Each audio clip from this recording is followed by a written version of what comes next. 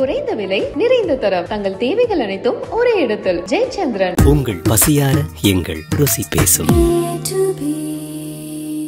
நீலம் studios applause entertainment தயாரிப்பில் மாரி செல்வராஜ் இயக்கத்தில் துருவ் விக்ரம் நடிக்கும் பைசன் அக்டோபர் 17 முதல் திரையரங்குகளில்.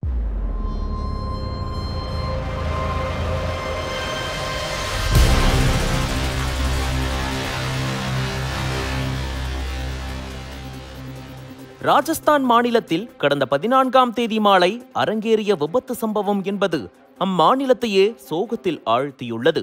ராஜஸ்தான் மாநிலம் ஜெய்சால்மரில் புறப்பட்ட தனியார் பேருந்து ஒன்று 57 பயணிகளுடன் ஜோத்பூர் நோக்கி சென்று கொண்டிருந்தது.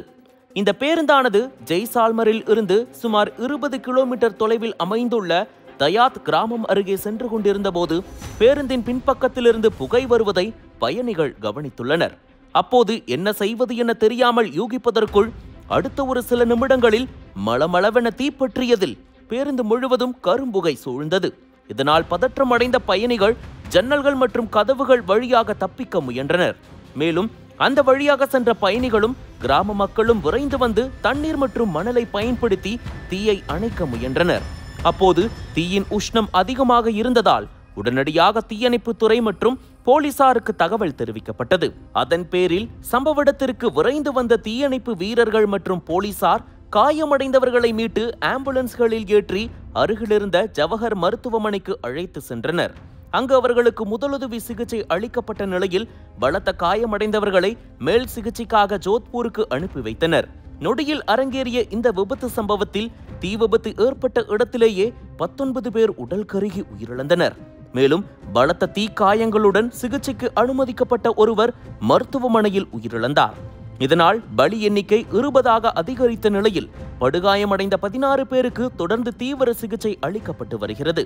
இந்த விவகாரம் பெரும் பரபரப்பை ஏற்படுத்திய நிலையில் ராஜஸ்தான் முதல்வர் பஜன்லால் சர்மா உடனடியாக சம்பவ இடத்திற்கு சென்று விபத்தில் சேதமடைந்த பேருந்தை ஆய்வு செய்தார். இச்சம்பவம் குறித்து விசாரணை நடைபெற்று வரும் நிலையில் 5 நாட்களுக்கு முன்னர் தான் இந்த பேருந்து புதிதாக வாங்கப்பட்டதாகவும் பேருந்தில் ஏற்பட்ட ஷார்ட் சர்க்கியூட் தான் விபத்துக்கு காரணம் என்றும் முதற்கட்ட விசாரணையில் போலீசார் தெரிவித்துள்ளனர். அது மட்டுமின்றி உயிரிழந்தவர்களின் உடலை அடையாளம் காண DNA பரிசோதனை மேற்கொள்ளப்படும் என்று தெரிவிக்கப்பட்டுள்ளது. இதனிடையே ஜெய்சால்மர் தீ விபத்து சம்பவத்திற்கு குடியரசுத் தலைவர் திரௌபதி முர்மு, பிரதமர் நரேந்திர மோடி, குடியரசு துணைத் தலைவர் CP ராதாகிருஷ்ணன் உள்ளிட்டோர் இரங்கல் தெரிவித்துள்ளனர்.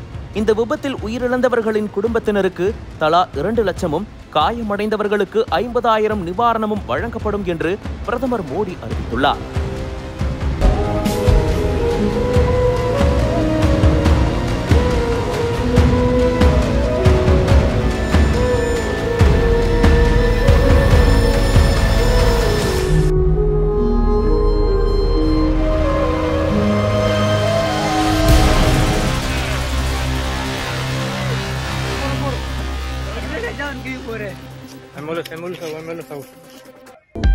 அனல் பறக்கும் செய்திகளை அப்டேட் செய்து கொள்ள நக்கீரன் களத்தை இப்பவே சப்ஸ்கிரைப் பண்ணுங்க.